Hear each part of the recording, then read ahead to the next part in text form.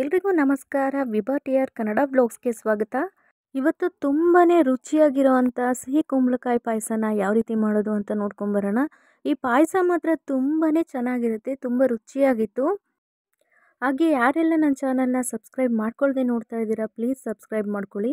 ಇವಾಗ ನಾನು ಪಾಯಸ ಮಾಡೋದಕ್ಕೆ ಮೊದಲು ಈ ಬೌಲಲ್ಲಿ 3/4 ಕಪ್ ಆಗುವಷ್ಟು ಸಬ್ಬಕ್ಕಿನ ತೊಗೊಂಡಿದ್ದೀನಿ. ಸಬ್ಬಕ್ಕಿನ ನೀಟಾಗಿ ತೊಳ್ಕೊಂಡು 1 ವಿಷಲ್ ಹಾಕಿಸ್ಕೊಳ್ತೀನಿ. 1 ಅಥವಾ 2 ವಿಷಲ್ ಹಾಕಿಸ್ಕೊಂಡ್ರೆ ತುಂಬಾ ಚೆನ್ನಾಗಿ ಬೆಂದಿರುತ್ತೆ. ನೋಡಿ, ಇವಾಗ ಸಿಹಿ ಕುಂಬಳಕಾಯಿನ ತೊಗೊಳ್ತಾ ಇದ್ದೀನಿ. ಸಿಹಿ ಕುಂಬಳಕಾಯಿನಲ್ಲಿ ನಾನು 1 ಭಾಗ ಅಷ್ಟೇ ತೊಗೊಳ್ತಾ ಇದ್ದೀನಿ. ನೋಡಿ, ಇಷ್ಟು ಮಾತ್ರ ತೊಗೊಳ್ತೀನಿ. ಇವಾಗ ನಾನು ಪಾಯಸನ ಸ್ವಲ್ಪ ಕಡಿಮೆ ಮಾಡ್ತಾ ಇರೋದ್ರಿಂದ ಸಿಹಿ ಕುಂಬಳಕಾಯಿನೂ ಕೂಡ ಸ್ವಲ್ಪ ಕಡಿಮೆ ತೊಗೊಂಡಿದ್ದೀನಿ. ನೀವು ಇದಕ್ಕಿಂತ ಸ್ವಲ್ಪ ಜಾಸ್ತಿ ತೊಗೊಳ್ಳಿ, ತುಂಬಾ ಚೆನ್ನಾಗಿರುತ್ತೆ. ನೋಡಿ, ತುಂಬಾ ದೊಡ್ಡದಾಗಿ ಈ ರೀತಿ ತುರಿದಿಟ್ಕೊಬೇಕಾಗುತ್ತೆ. ತುಂಬ ಸಣ್ಣದಾಗಿ ತುರ್ಕೊಂಬಿಡಿ, ಚೆನ್ನಾಗಾಗಲ್ಲ. ಇವಾಗ ಒಂದು ಪಾತ್ರೆನ ತಗೊಂಡು ಪಾತ್ರೆ ಸ್ವಲ್ಪ ಬಿಸಿ ಆದಮೇಲೆ 2 ಸ್ಪೂನ್ ಆಗುವಷ್ಟು ತುಪ್ಪ ಹಾಕ್ತಾಯಿದ್ದೀನಿ. ಸ್ವಲ್ಪ ದಪ್ಪ ತಳ ಇರುವಂಥ ಪಾತ್ರೆನ ತಗೊಳ್ಳಿ. ನಾನಿಲ್ಲಿ ಗೋಡಂಬಿ, ಖರ್ಜೂರ, ಬಾದಾಮಿ ಹಾಗೆ ದ್ರಾಕ್ಷಿನ ತಗೊಂಡಿದ್ದೀನಿ. ಇವಾಗ ನಾನು ಬಾದಾಮಿ, ಖರ್ಜೂರ ಮತ್ತು ಗೋಡಂಬಿ ಈ ಮೂರನ್ನು ಕೂಡ ಫ್ರೈ ಮಾಡ್ಕೊಳ್ತಾ ಇದ್ದೀನಿ. ದ್ರಾಕ್ಷಿನ ಕೊನೆಯಲ್ಲಿ ಫ್ರೈ ಮಾಡ್ಕೋಬೇಕಾಗುತ್ತೆ. ಫಸ್ಟೇ ಫ್ರೈ ಮಾಡಿಕೊಂಡ್ರೆ ದ್ರಾಕ್ಷಿ ಸ್ವಲ್ಪ ಒತ್ತುದಂಗೆ ಆಗುತ್ತೆ. ಹಾಗಾಗಿ ಇವಾಗ ದ್ರಾಕ್ಷಿನ ಫ್ರೈ ಮಾಡ್ಕೊಳಕ್ಕಾಗ್ತಾಯಿದ್ದೀನಿ. ಇವಾಗ ಒಂದು ಸ್ವಲ್ಪ ಚೆನ್ನಾಗಿ ಸ್ವಲ್ಪ ಈ ರೀತಿ ಮಿಕ್ಸ್ ಮಾಡ್ತಾ ಚೆನ್ನಾಗಿ ಫ್ರೈ ಮಾಡಿಕೊಂಡು ಎಲ್ಲದನ್ನು ಕೂಡ ಎತ್ತಿಟ್ಕೊಳ್ತಾ ಇದ್ದೀನಿ. ಯಾವುದು ಕೂಡ ಒತ್ತದೇ ಇರೋ ಹಾಗೆ ನೀಟಾಗಿ ಲೋ ಫ್ಲೇಮ್ ಮಾಡ್ಕೊಂಡೇ ಈ ರೀತಿ ಫ್ರೈ ಮಾಡ್ಕೊಬೇಕಾಗತ್ತೆ. ನೋಡಿ, ಇದನ್ನೆಲ್ಲ ತೆಗೆದಿಟ್ಕೊತಾ ಇದ್ದೀನಿ.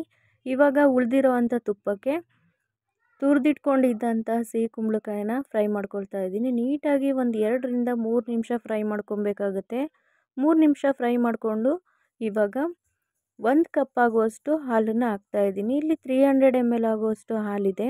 ಇವಾಗ ನಾನು ಇದೇ ಕಪ್ಪಲ್ಲಿ ಇನ್ನೊಂದು ಕಪ್ ಆಗುವಷ್ಟು ನೀರನ್ನ ತಗೊಂಡಿದ್ದೀನಿ. ಇವಾಗ ನೀರು ಹಾಕಿದ್ಮೇಲೆ ಇನ್ನೊಂದು ಸಲ ಚೆನ್ನಾಗಿ ಮಿಕ್ಸ್ ಮಾಡಿ ಒಂದು ಸ್ವಲ್ಪ ಕುದಿ ಬರೋವರೆಗೂ ಹಾಗೆ ಲಿಡ್ ಕ್ಲೋಸ್ ಮಾಡಿ ಕುದಿಸ್ಕೊಬೇಕಾಗುತ್ತೆ.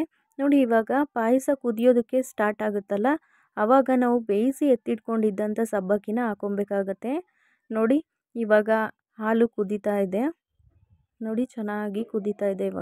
ಇಂಥ ಟೈಮಲ್ಲಿ ನಾವು ಬೇಯಿಸಿಟ್ಕೊಂಡಿದ್ದಂಥ ಸಬ್ಬಕ್ಕಿನ ಹಾಕ್ಕೊಳ್ತಾ ಇದ್ದೀನಿ.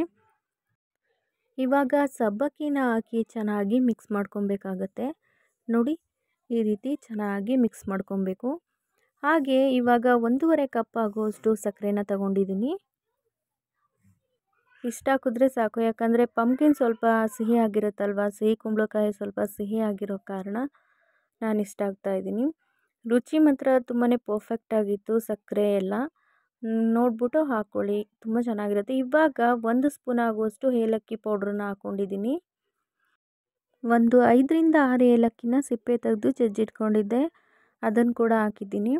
ಇವಾಗ ಪಾಯಸ ಚೆನ್ನಾಗಿ ಕುದಿಯೋದಕ್ಕೆ ಶುರು ಆಗಿದೆ. ನೋಡಿ, ಈ ರೀತಿ ಕುದೀತಾ ಇರುವಾಗ ಚೆನ್ನಾಗಿ ಮಿಕ್ಸ್ ಮಾಡ್ತಾ ಕುದಿಸ್ಕೊಬೇಕಾಗುತ್ತೆ. ಇಲ್ಲಾಂದರೆ ಹಾಲು ಉಕ್ಕುತ್ತೆ, ಸ್ವಲ್ಪ ಟೇಸ್ಟ್ ಎಲ್ಲ ಕಡಿಮೆ ಆಗುತ್ತೆ.